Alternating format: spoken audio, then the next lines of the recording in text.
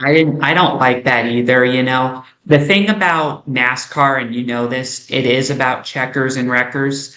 I don't regret my time as a NASCAR fanatic, but very lately, when you see Richmond, you know, and you see everything that Yeah, transpired, you know, the way I look at it, and I'm using Alan Bestwick's words when saying this, the lack of actual passing and more bumping and those dive bombs that you mentioned, it just makes yeah. me very uncomfortable. You know what I'm getting at? Which is But why, yeah. What were but you think getting about at? it. It's the culture. It's Yeah. it's the culture. It's what has become more and more accessible, uh, acceptable in racing, Yeah. and it's mainly because the cars are so aero dependent and so close. You don't have like four or five cars that are just can pass a lot of, at will. So everybody is so competitive and so close. It's really hard to pass, and they've made it harder and harder and harder to pass. So you kind of have to, like I get it. To pass someone, you kind of have to be way more aggressive than you had to be 20 years ago. But at the same point, is that really the product you want? If you have to make a Yeah. pass and be willing to wreck both cars, I think there's a lot of fans that be like, "Heck yeah, man, that's racing." And to me, Yeah. if you can't go side by side, lap after lap Hmm. after lap, I don't know if that's really racing.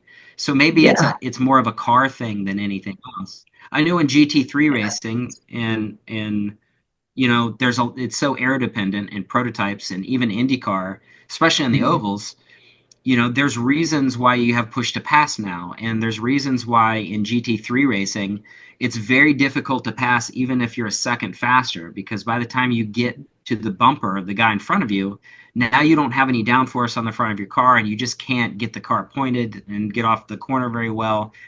You burn the front tires off the car, and it's harder to pass. So by the time you get to that next person, you pretty much have to be willing to know where you were faster and make a move right away. Otherwise, you're gonna get stuck.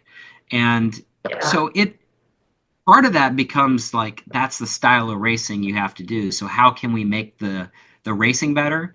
We can make the cars a little bit better to race with, and that would help. Because right now, the tires are so good, they have so much grip.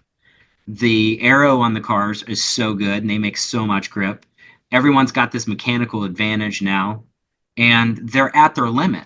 And it used to be where the driver could is way better than the limit of the car, so that they can get the car sideways and drift it and do all these things and not hurt the car. And you just can't do that anymore.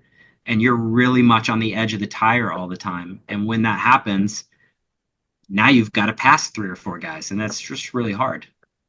Yeah. You know, one other thing that you can't do in racing when you mention the dive bombs, you know, you definitely cannot put another guy in the fence because of a broken tire that you push through a corner and dump the guy with malicious intent. Yeah, that's not, yeah, that's happened to me. I mean, I've had that, I've had that happen. And the biggest, the best thing that I can do after getting someone like a shady pass on me or like dirty, driving over their head is to pass them back clean. And you almost, without having to stick your middle finger out the window, that's pretty much is like after the race, I've told several people, I'm like, did you see what happened? You you drove into me, you pushed me off track, I caught you, and I passed you clean. Who's Mhm. better? So I mean, Yeah. that's like I've had several times where I hope that person has learned from that. Not all have, but it's like it can be done, and I just proved it, and that's what you should have done.